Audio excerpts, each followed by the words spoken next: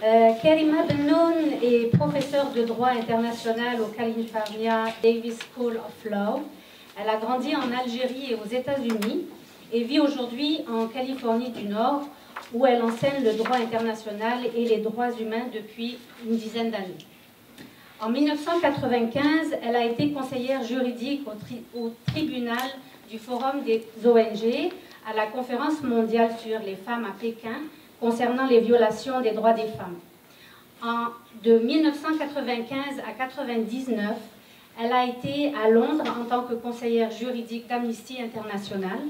En 2011, elle a reçu le prix de recherche émérite du chancelier de l'université Rutgers Newark.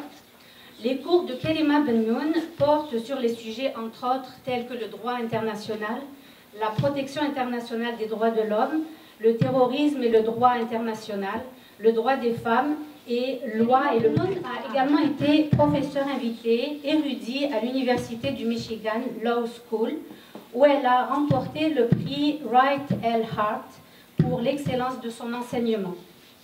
Elle a publié de très nombreux articles dans des revues académiques de premier plan, ainsi que dans de grands journaux tels que The Guardian, The New York Times, Common in Free, The Nation et le site web d'Al Jazeera. Son récent ouvrage Your Fatwa Doesn't Apply Here, votre fatwa ne s'applique pas ici, est le résultat d'une démarche, d'un engagement et d'un vécu très personnel.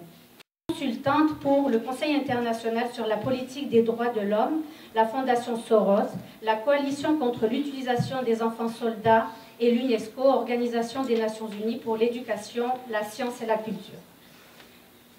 Ses missions sur le terrain des droits de l'homme l'ont menée aux 4 coins du monde: Afghanistan, Bangladesh, Fidji, Liban, Pakistan, Corée du Sud, Thaïlande du Sud, Tunisie, etc.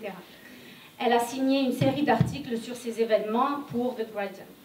En octobre 2011, avec l'organisation Gender Consent International, elle a été observatrice bénévole lors des élections de l'Assemblée constituante en Tunisie.